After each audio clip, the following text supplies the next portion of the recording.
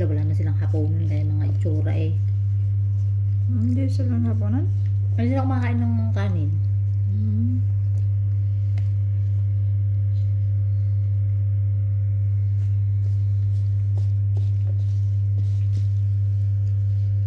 Tinat ko si Margie, hindi mo nag-reply.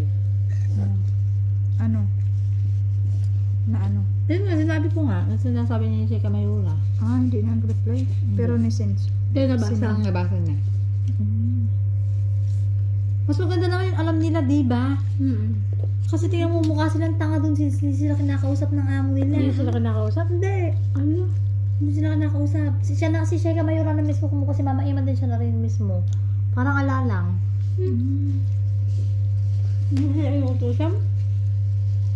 Inuutusan, pero hindi na talaga tulad ng ano na yung para utusan sila, hindi na.